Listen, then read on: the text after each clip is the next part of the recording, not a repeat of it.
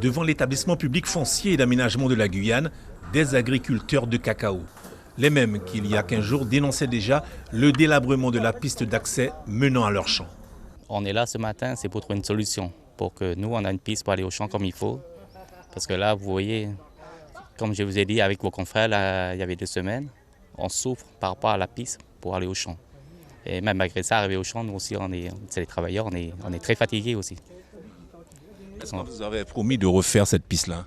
On nous a déjà promis plusieurs fois depuis 2017, si je me souviens bien. Il y avait le maire qui était venu pour nous dire pour faire des réunions, mais il n'est jamais venu. Sauf que ce matin, le maire en question, David Richer, était bel et bien présent.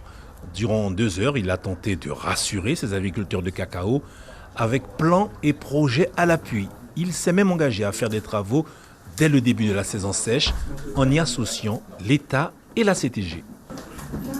Je considère cette route comme une route, au-delà d'être communale, d'être régionale, puisque ce sont les gens de cacao, les agriculteurs qui achalandent nos marchés.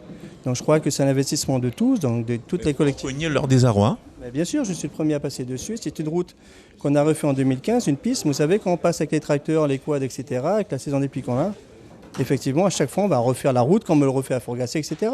Donc aujourd'hui, je pense qu'il faut réfléchir à une solution pérenne. Ça veut dire peut-être pas de l'enrober, mais quelque chose de plus dur. C'est pour ça que je ferai la requête auprès de Madame la ministre des Outre-mer pour avoir du FEI, un fonds exceptionnel d'investissement sur cette route. Les agriculteurs de cacao vont participer quand même, parce qu'on ne demande pas tout simplement au maire et à l'État. On va participer en fournissant du matériel, par exemple des pelles ou des tracteurs, pour permettre de réduire un peu les coûts de manière à avancer sur ces travaux.